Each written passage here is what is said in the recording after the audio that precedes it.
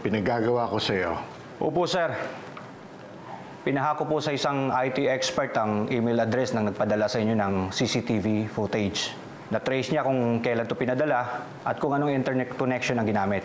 Upon checking with the company, nakuha po namin ang data. Doon po namin na-confirm kung sino talaga ang nagpadala ng video.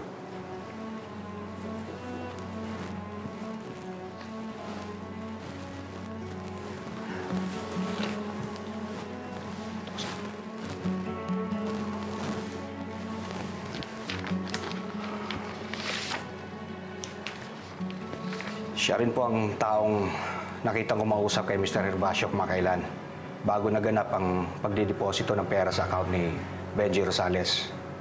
Upon checking with the secretary, doon po na-confirm ang lahat.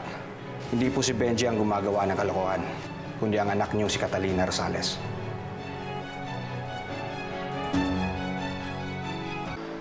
Oh, Benji, anong ginagawa mo dito? Di ba sinabi ni Papa sa'yo, huwag ka muna magpapakita dito? Hindi naman ako magtatagal, may mga kukunin na akong gamit. Anong gamit? Bawal ka na rin kasi maglabas kahit anong files mula sa opisina hanggat hindi mo naayos yung gulong pinasok mo. Bakit naman parang kung makapagsalita ka, parang convicted na ako? Bakit? Hindi pa ba? Hindi pa ako sumusuko. Mahanap pa ako ng mga ebidensya para i-apela yung kaso ko kay Lolo.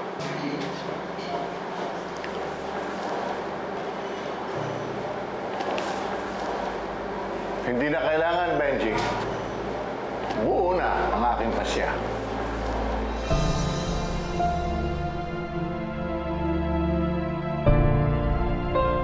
I have been in this business for more than 30 years. Lahat na ng pagsubok, pinagdaanan ko. Lahat, nakayanan ko. Lahat, talagpasan ko. I don't see any reason kung bakit hindi ko kakayanin ang isang ito.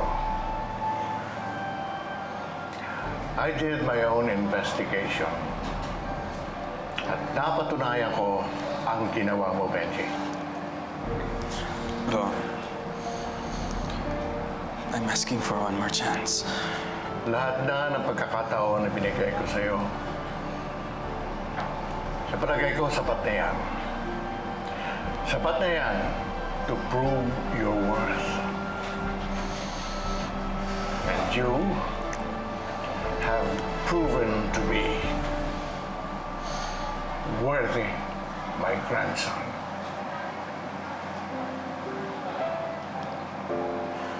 You are worthy to be in this business. You truly are, my Rosales. I did my own investigation sa kaso mo. At napatunayan ko, wala kang kasalanan. Maring mahirap para sa akin na tanggapin na nagkamali ako. There's no other way to do this but to say in front of everyone here, patawarin mo ako. Forgive me for doubting you. Thank you po for not giving up on me.